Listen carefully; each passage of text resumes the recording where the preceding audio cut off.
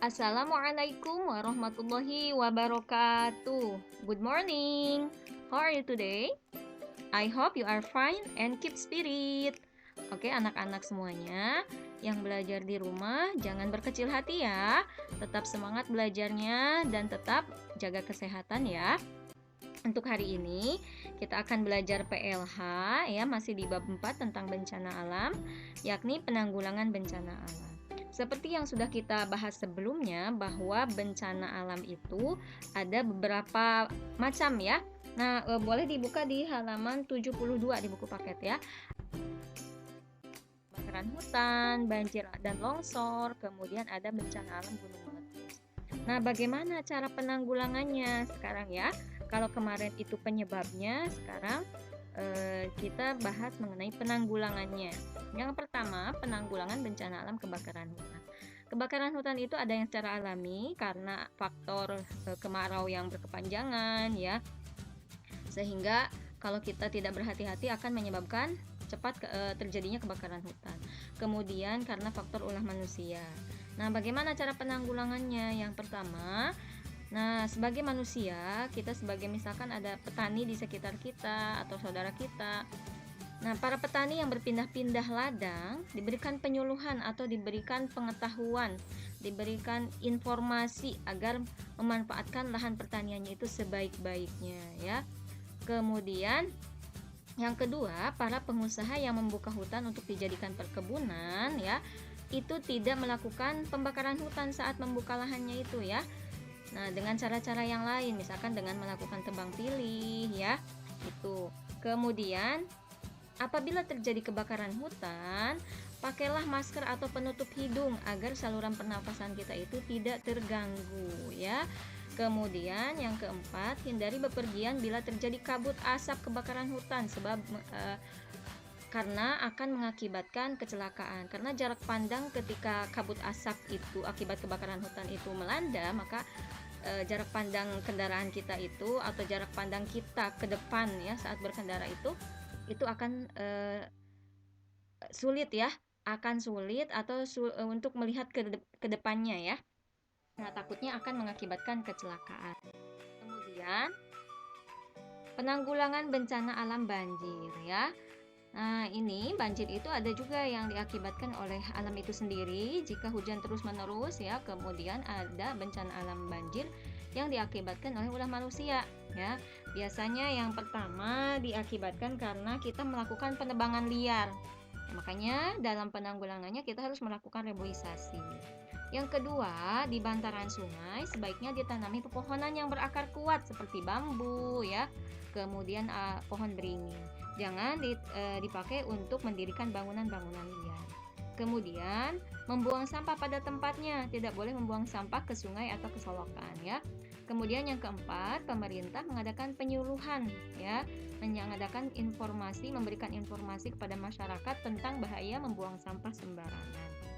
Ya, supaya tidak terjadi bencana alam banjir, ini harus ada kerjasama antara masyarakat dan juga pemerintah ya.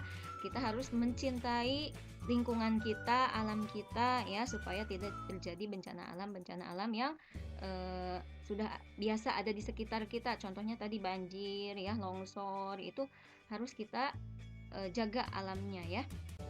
Kemudian yang ketiga itu ada penanggulangan bencana alam gunung meletus ya. Kalau bencana alam gunung meletus ini merupakan bencana alam yang disebabkan oleh alam itu sendiri, bukan disebabkan oleh manusia. Nah, akan tetapi para ahli di bidang tersebut ya dapat mengusahakan agar korban dari bencana alam gunung meletus ini tidak terlalu parah. Ya, contohnya, misalkan kalau sudah ada tanda-tanda gunung itu akan meletus, maka diumumkan kepada warganya supaya mengungsi ya, supaya dampak yang dirasakan oleh warganya itu tidak terlalu besar dan tidak terlalu berat ya. Kemudian tujuan mengungsi itu apa? Yaitu untuk menyelamatkan diri kita dan juga menyelamatkan harta benda yang berharga yang kita miliki. Nah, kemudian pemerintah juga menetapkan tanggal 26 Desember sebagai Hari Bencana Alam. Tujuannya agar kita selalu mengingat dan waspada terhadap bencana alam serta mengingatkan untuk membantu mereka yang terkena bencana alam ya. Kita itu harus memiliki sifat empati ya, atau dapat merasakan apa yang orang lain rasakan.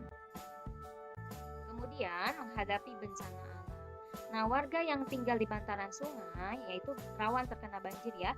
Setiap musim hujan selalu bersiap menghadapi banjir.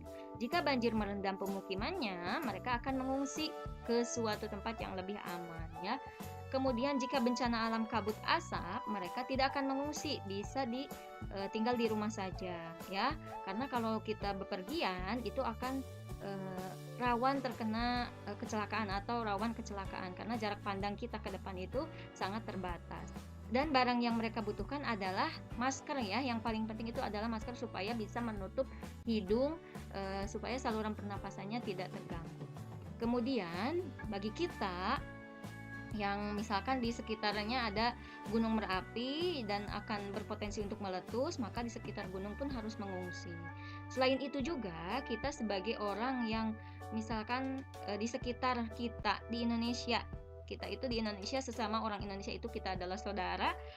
Bagi kita yang tidak terkena musibah, maka kita bisa memberikan doa, kemudian mengajak orang lain untuk membantu dan juga bisa memberikan bantuan berupa uang, baju, selimut, makanan, obat-obatan dan lain sebagainya. Itu sikap kita kalau misalkan kita terkena bencana alam banjir, kabut asap, gunung meletus dan jika kita tidak merasakan tidak terkena bencana alam tersebut, kita harus memiliki sikap empati dengan cara memberikan doa, mengajak orang lain membantu atau memberikan bantuan ya. Itu adalah yang harus kita lakukan. Berikutnya tugasnya bisa dikerjakan ya maksimal pukul 13.00. Mudah-mudahan materi hari ini bisa dipahami dengan baik. Terima kasih atas perhatiannya. Wassalamualaikum warahmatullahi wabarakatuh.